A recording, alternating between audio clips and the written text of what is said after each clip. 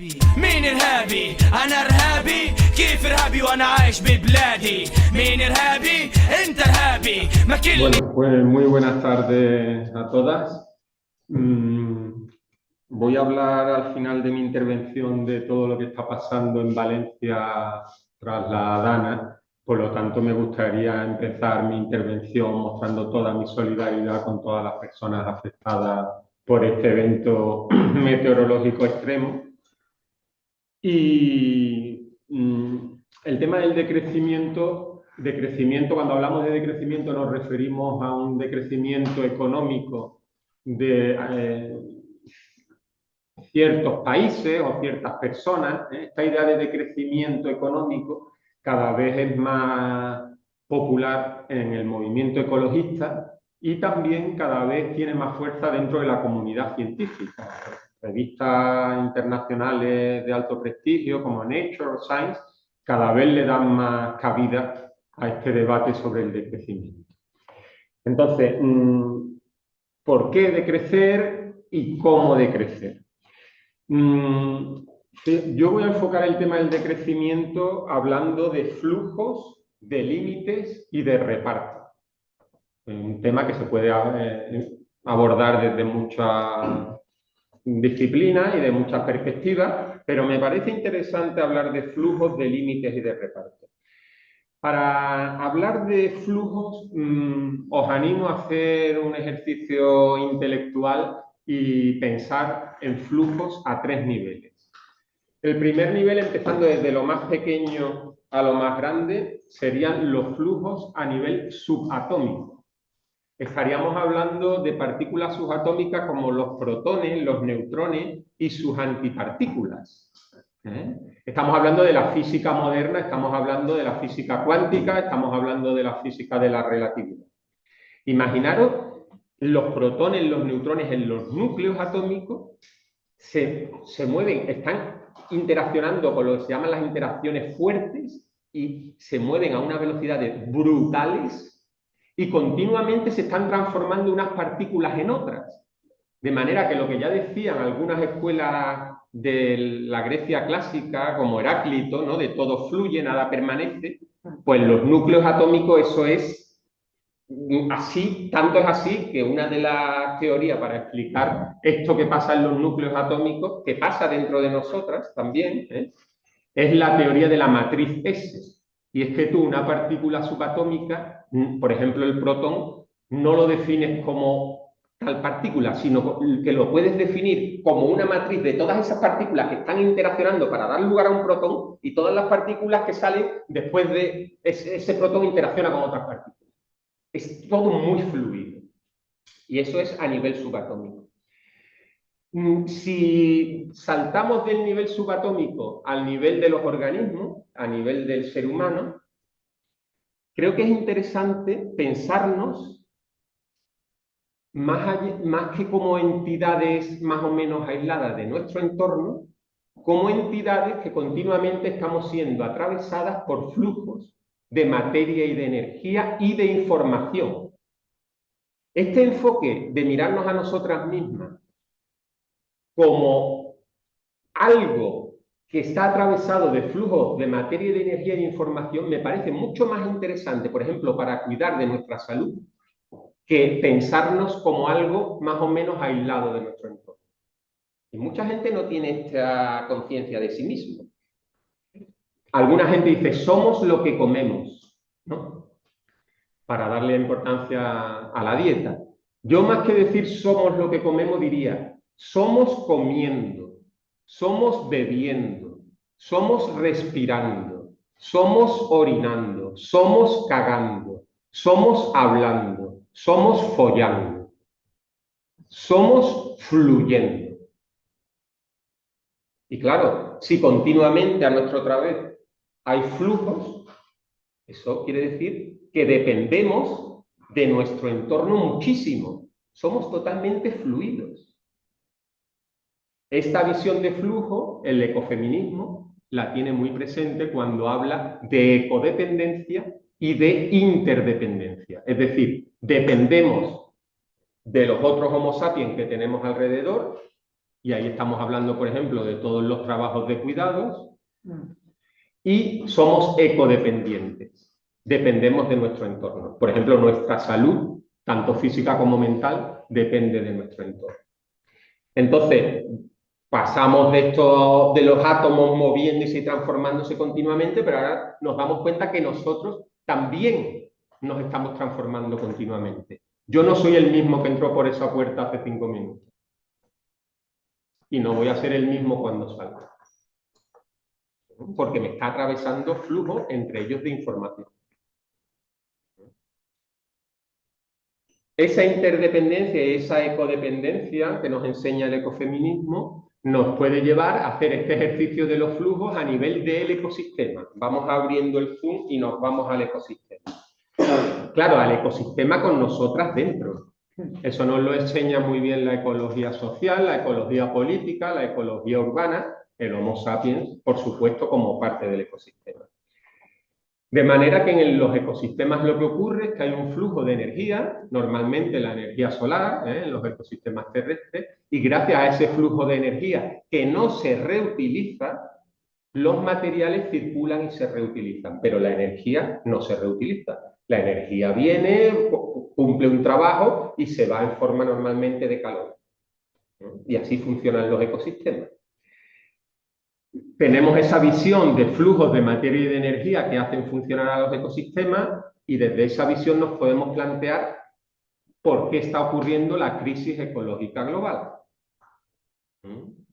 La crisis ecológica global con el cambio climático como mejor ejemplo, como ejemplo paradigmático. Pues desde el punto de vista de los flujos, la crisis ecológica global la podemos leer como un desajuste de flujos de materia y de energía. De manera que una gran cantidad de estos flujos se están canalizando al sistema socioeconómico de producción, que se llama capitalismo.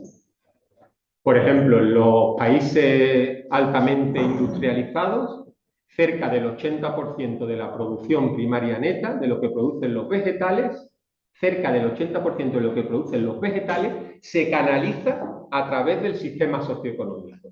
Para ropa, para muebles, para alimentación nuestra y del ganado que después nos comemos. Solo le dejamos a la biodiversidad fuera del sistema socioeconómico el 20% de lo que producen los vegetales. ¿Qué ocurriría si el sistema socioeconómico canalizase el 100% de lo que producen los vegetales? Que toda la biodiversidad que no estuviera domesticada moriría de hambre.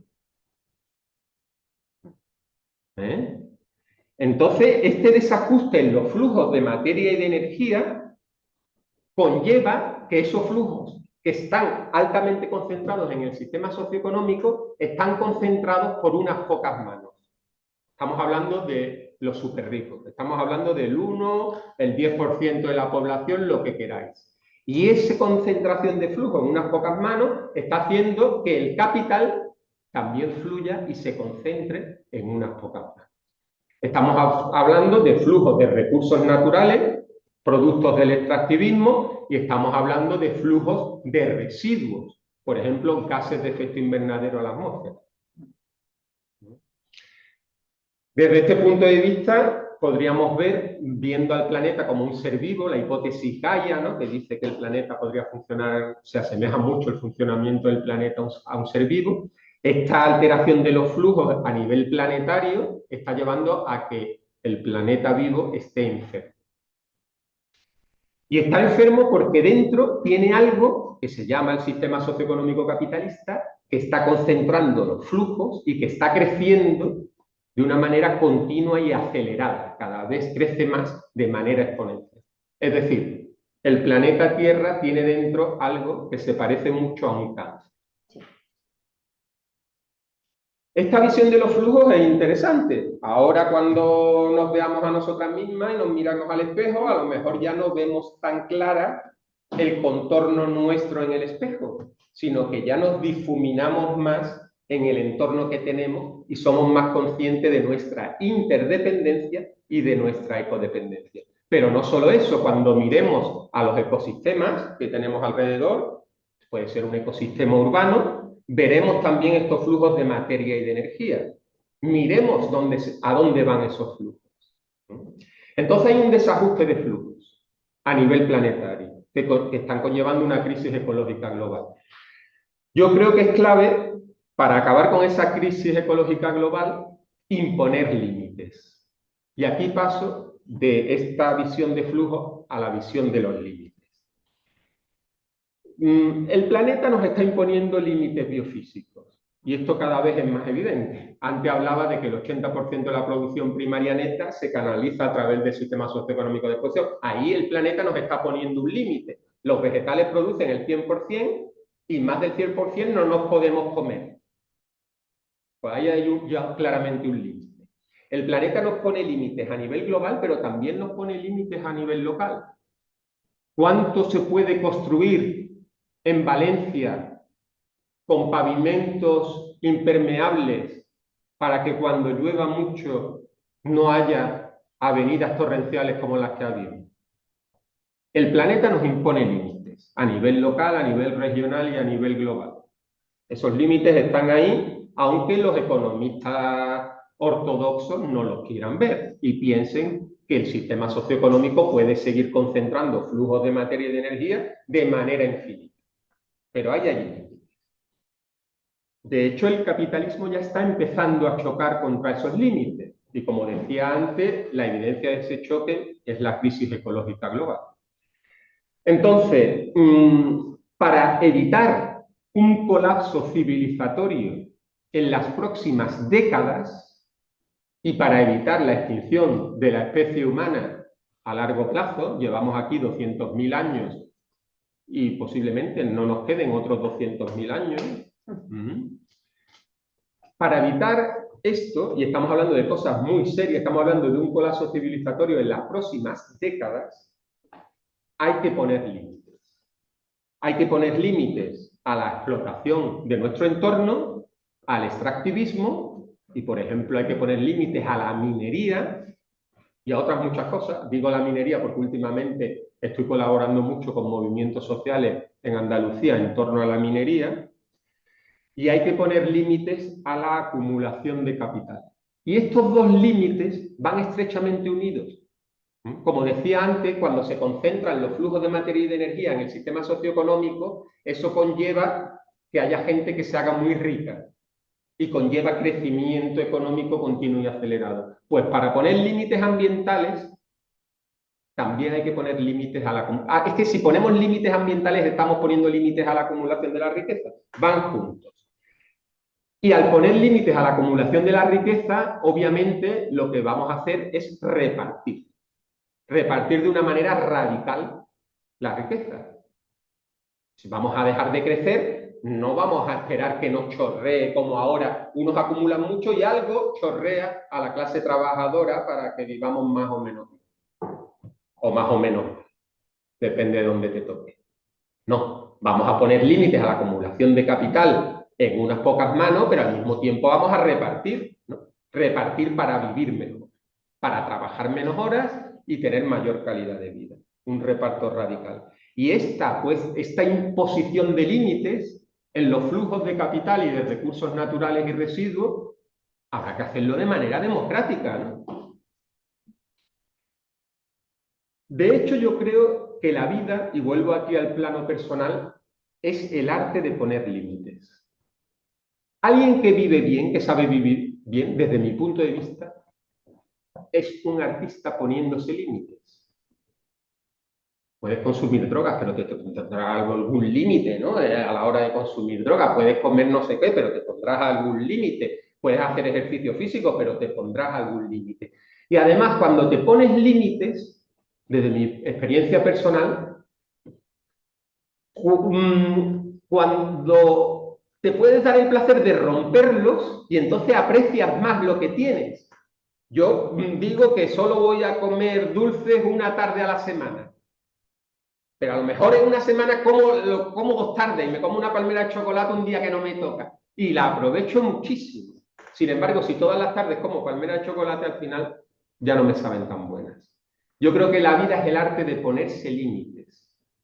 Y igual que nos ponemos límites, siempre nos ponemos límites, queramos o no, tenemos que imponer límites a nivel ambiental y a nivel económico. Fijaros, estos límites, claro, si el sistema capitalista está basado en el crecimiento continuo y acelerado y estamos diciendo aquí que vamos a ponerle límites a la acumulación de la riqueza, entonces estamos empezando a hablar de decrecimiento. Este límite en el flujo de materia y de energía, en el flujo de capital y el reparto de riqueza es la semilla para el decrecimiento. Conlleva directamente al decrecimiento. Me parece mucho más interesante hablar de reparto de riquezas que de crecimiento, para empezar. Y el reparto de riqueza conlleva el decrecimiento. Por ejemplo, límites económicos y límites ambientales. Que los superricos no vuelen en jets privados. Prohibir los jets privados.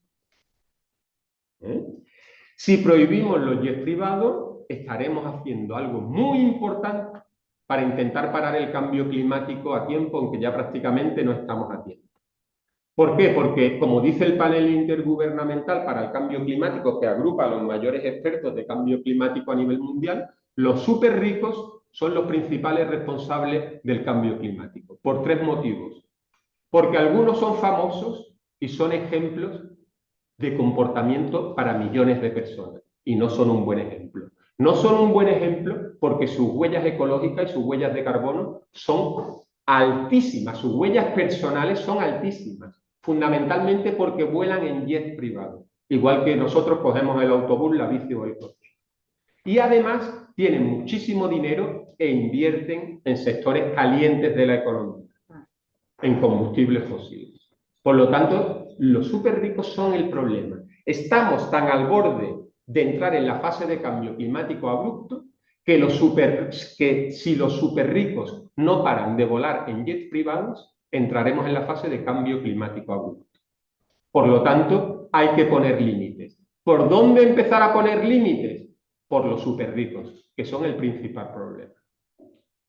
Hasta aquí estamos de acuerdo con diferentes perspectivas, la mayor parte de la comunidad científica que defendemos el decrecimiento y del movimiento ecologista. Pero el gran debate viene, esto sería el por qué poner límites y por qué decrecer. El gran debate viene en el cómo. ¿Cómo poner límites? ¿Cómo hacer que los súper ricos no vuelen en jets privados? ¿Cómo hacer que los súper ricos no concentren tantos flujos en sus manos de capital, de materia y de energía y no contaminen tanto? Aquí hay muchas propuestas idealistas, hay muchas propuestas que no tienen en cuenta el contexto material. Hay muchas propuestas que dicen vamos a intentar convencer a los súper ricos, o vamos a hacer, la educación es muy importante. Educación, oiga, que estamos hablando que esto hay que hacerlo ya. Vamos a hacer que poco a poco la gente vaya reciclando más, pero ¿cómo? ¿Cómo hacemos todo eso? ¿O no es esa la prioridad? Fijaros, ¿dónde en nuestra vida cotidiana gestionamos más flujos de materia y de energía? ¿Y dónde en nuestra vida cotidiana gestionamos más capital? En nuestros puestos de trabajo. Ahí es por donde pasan por nuestras manos más riqueza y más flujos de materia y de energía. Aunque no seamos conscientes, aunque tengamos trabajo que estemos delante de un ordenador, ahí es donde gestionamos más recursos naturales y donde gestionamos más capital, porque, claro, parte de lo que producimos, la plusvalía se lo llevan los capitalistas. Por lo tanto, cuando nosotros estamos produciendo es cuando estamos gestionando más capital. Después, cuando estamos consumiendo, parte se la ha llevado los capitalistas. Entonces, si ahí es donde estamos manejando más flujos, es interesante plantearse actuar ahí, en los centros de trabajo. ¿Podemos actuar también a nivel de consumo responsable? Sí, pero tengamos en cuenta la regla de las 3 R. En nuestros hogares gestionamos el 10% de la energía, el 10% del agua y producimos solo el 10% de los residuos en nuestros hogares. ¿Podemos hacer mejoras en nuestro consumo responsable a nivel de transporte? Sí. ¿A nivel de dieta? Sí. Pero donde gestionamos fundamentalmente los flujos es en nuestro trabajo. Y hay sectores económicos clave que gestionan muchos más flujos que otros. Entonces, ¿cómo actuamos? Bueno, pues ahí hay todo un debate, ¿no? A nivel sindical, ahí hay muchos ejemplos en la historia, como las prohibiciones verdes, de las que podemos hablar en el debate. Es interesante priorizar desde mi punto de vista la actuación en los centros de trabajo porque es donde se concentran la mayor parte de los impactos ambientales, porque es donde están los flujos, tanto de capital como de recursos naturales que van unidos. Para hacer esto es clave la conciencia de clase. Y la conciencia de clase no me refiero a leer mucho, que también a lo mejor la conciencia de clase surge espontáneamente. La conciencia de clase ha surgido en Valencia de manera masiva en los últimos días. La conciencia de clase construye solidaridad y redes de apoyo mutuo desde abajo. Y ahora aterrizo para acabar en lo que está pasando en Valencia. Aplicando lo que he comentado hasta ahora. Fijaros, desajustes en el flujo de energía que nos llega desde el sol. Desajustes en esos flujos de energía por los gases de efecto invernadero que están en la atmósfera, producto de quemar combustibles fósiles, que están haciendo que la atmósfera cada vez retenga más energía de la que nos llega desde el sol. Y que está haciendo que se calienten los océanos y se caliente el mar Mediterráneo. Esto está haciendo que cada vez haya más vapor de agua en la atmósfera, desajuste en los flujos de materiales. Y eso está haciendo que las lluvias sean cada vez más torrenciales. Desajustes en el flujo de capital. Personas muy ricas como Amancio Ortega o Joan Roig, el dueño de Mercadona, etcétera, que obligan a sus plantillas a trabajar en plena alerta roja y no solo eso, sino que no les dejan volver a casa cuando las calles están empezando a inundarse. Políticos que trabajan para esos grandes capitalistas y no cierran los centros de estudio con plena alerta roja y no dicen a la gente que no vaya a trabajar por mantener la acumulación de capital. Desajustes a nivel ecológico que van de la mano de desajustes a nivel económico. Ya vamos por más de 200 muertos y los primeros estudios que se han hecho están mostrando que la dana en Valencia ha sido, producto del cambio climático, un 12% más intensa, 2 veces más probable de que ocurra y posiblemente más extensa tanto temporal como espacialmente. Pero al mismo tiempo está surgiendo una marea alucinante de autoorganización desde abajo, producto de esa conciencia de la gente, con la gente en la que se ve reconocida, porque afortunadamente nuestra especie es extremadamente empática con sus congéneres. Y se está produciendo unas redes de apoyo mutuo que están haciendo temblar a los políticos de la casta del Estado español. Porque temen y saben perfectamente, esto lo recuerdo perfectamente, cuando la marea del Prestige, que muchísimos voluntarios se ofrecieron a ir a Galicia y el gobierno de Aznar los paraba, igual que están intentando parar ahora a todos estos voluntarios que van allí a quitar fango, que llevan comida y que llevan agua. ¿Por qué? Porque saben que la gente empieza ayudando al otro quitando fango y acaban manifestándose con el otro por las consecuencias de la gestión política de este evento meteorológico extremo que se ha convertido en una catástrofe.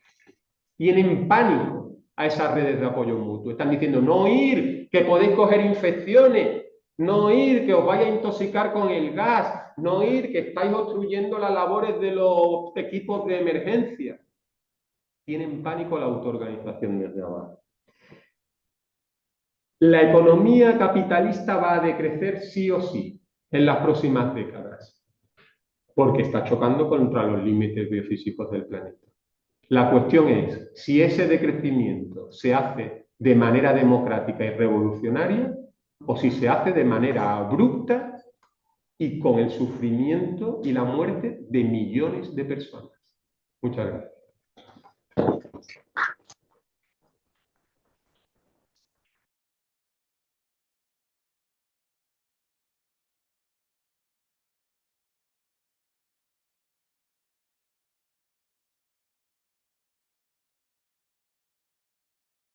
¿Os parece si hacemos conclusiones finales?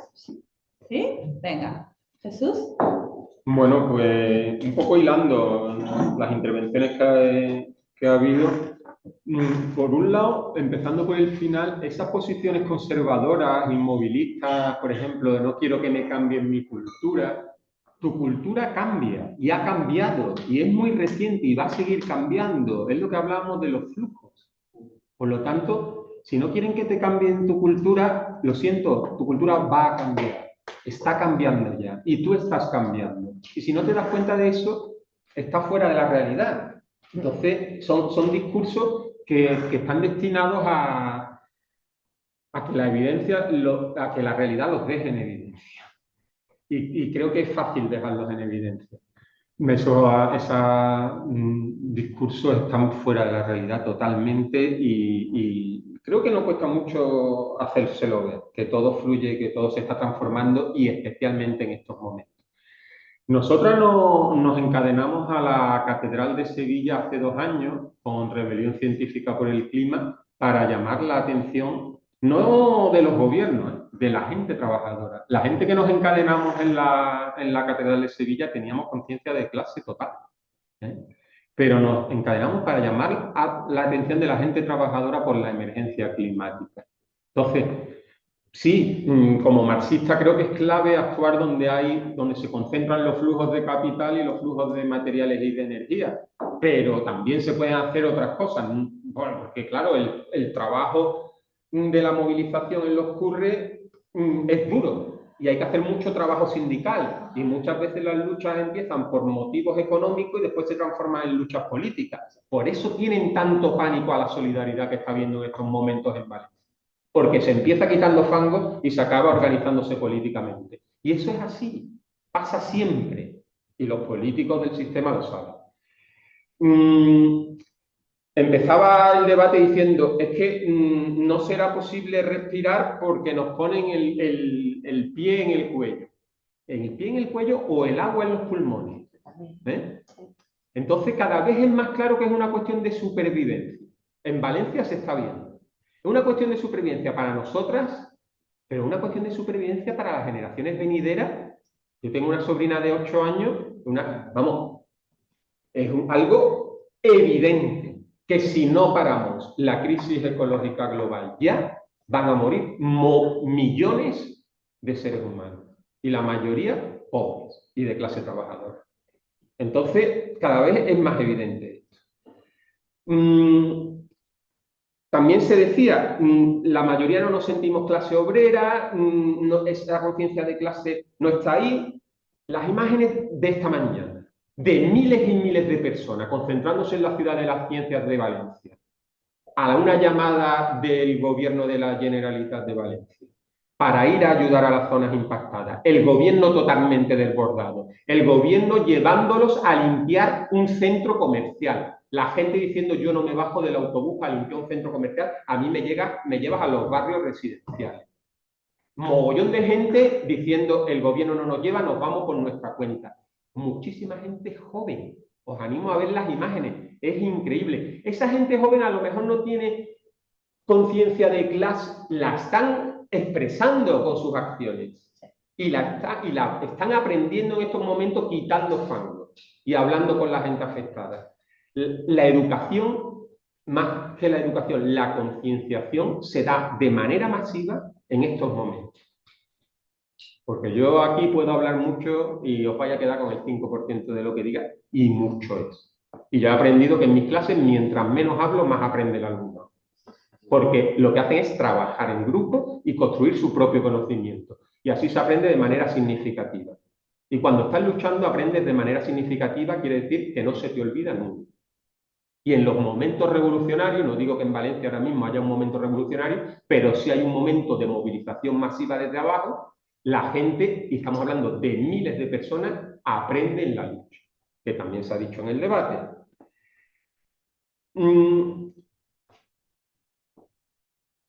El capitalismo nos agrede de manera colectiva. Nos agrede directamente en los centros de trabajo con la explotación económica o indirectamente, por ejemplo, a través de eventos meteorológicos extremos provocados en gran parte o potenciados por el cambio climático. Y cuando nos agrede de manera colectiva, nos sentimos identificadas unas en otras, además tenemos la base biológica de que somos extremadamente empáticas y entonces nos autoorganizamos. Y esto está pasando ahora mismo en Valencia, como decía antes, miles de personas jóvenes que se supone que están todo el día mirando a la pantalla, jugando al ordenador y que no le importa un carajo nada, ¿no? Hay muchos ejemplos de gente que se autoorganiza a pesar de todas las dificultades en los centros de trabajo. Ayer había imágenes, que se ha dicho aquí, ayer había imágenes de una trabajadora de Mercadona tirando la comida a un camión de basura. Si en Mercadona hubiera un trabajo sindical fuerte y esa trabajadora tuviera autoconfianza en la fuerza colectiva de la plantilla de Mercadona organizada, no hubiera tirado la basura, se lo hubiera dado a las vecinas. Hay muchos ejemplos en los que eso pasa. Y ahí está la clave. El trabajo sindical del día a día es importante porque conecta las cuestiones de reclamaciones económicas y cuando hay este tipo de movilización, de impacto fuerte, esas reivindicaciones económicas se convierten en reivindicaciones políticas. Y si se convierten en reivindicaciones políticas en los centros de trabajo, estamos muy bien encaminados, porque ahí tenemos gran fuerza para parar los impactos ambientales y para repartir la riqueza. Eso puede pasar. De hecho, hay pequeños comerciantes, esto no es desde una posición de clase trabajadora, pero sí son pequeños comerciantes que están rodeados de clase trabajadora y que al final son clase trabajadora, porque puedes tener un pequeño comercio, pero si fracasa tu pequeño comercio, vuelves a ser clase trabajadora, estás ahí en medio y han repartido la comida. Entonces, imaginaros autoorganización fuerte en el IKEA, en el Mercadona, en las tiendas de Inditex, en todos estos grandes centros comerciales que han obligado a ir a su plantilla, autoorganización fuerte de los trabajadores en estos momentos, lo que podría hacer en la zona afectada. A eso le tienen pánico los políticos del sistema. Sí, todo es muy complejo, están pasando muchas cosas, los responsables somos muchos. Estamos tan al borde de caernos en el precipicio del cambio climático abrupto que las cosas se están simplificando muchísimo. Y vuelvo a repetir, si los superricos siguen volando en jets privados, entramos en la fase de cambio climático abrupto. Es así de sencillo. O paramos que los superricos no sigan volando en jets privados, o estamos yendo en pocas décadas a un entorno muy inhóspito del que depende nuestra supervivencia, como decía antes. Entonces no es tan complejo, ¿eh?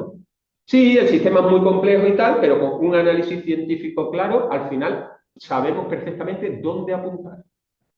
Porque las cosas, conforme más graves son, más fácil es ver dónde está el problema.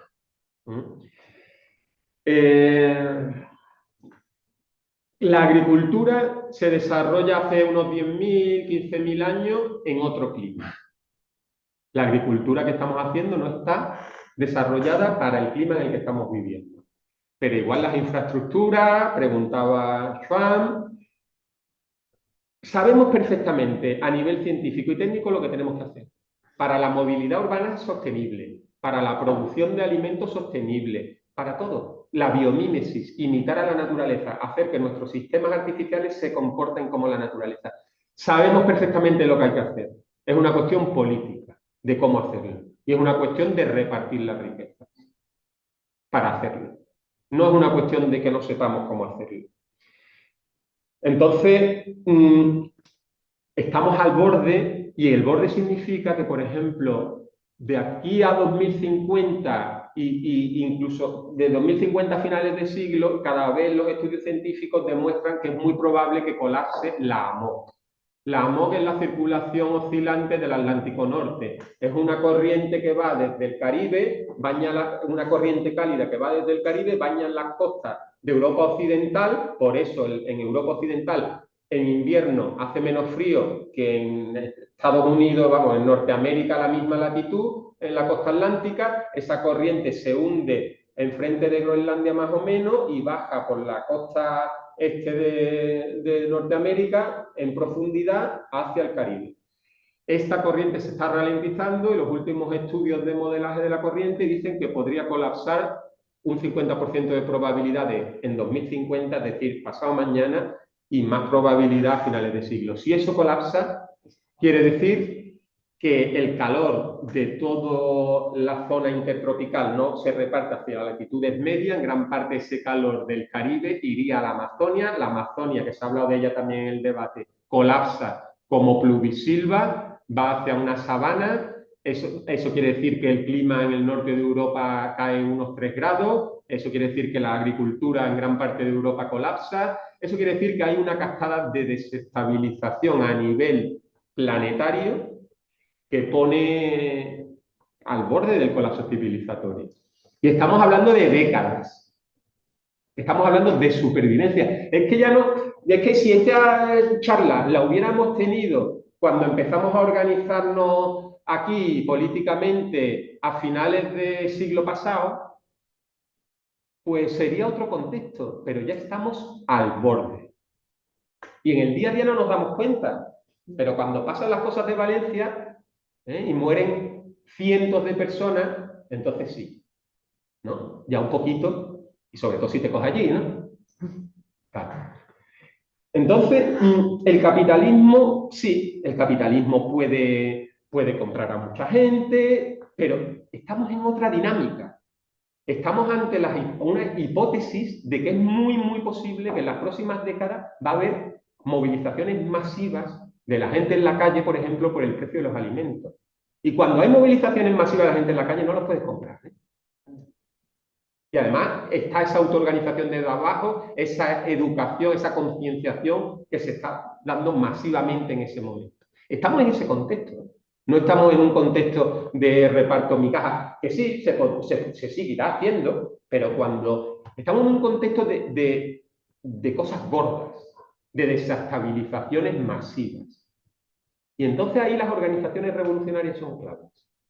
Porque cuando salga la gente masivamente a la calle, por el precio de los alimentos, por eventos meteorológicos extremos que se convierten en catástrofe, ahí la gente se radicaliza.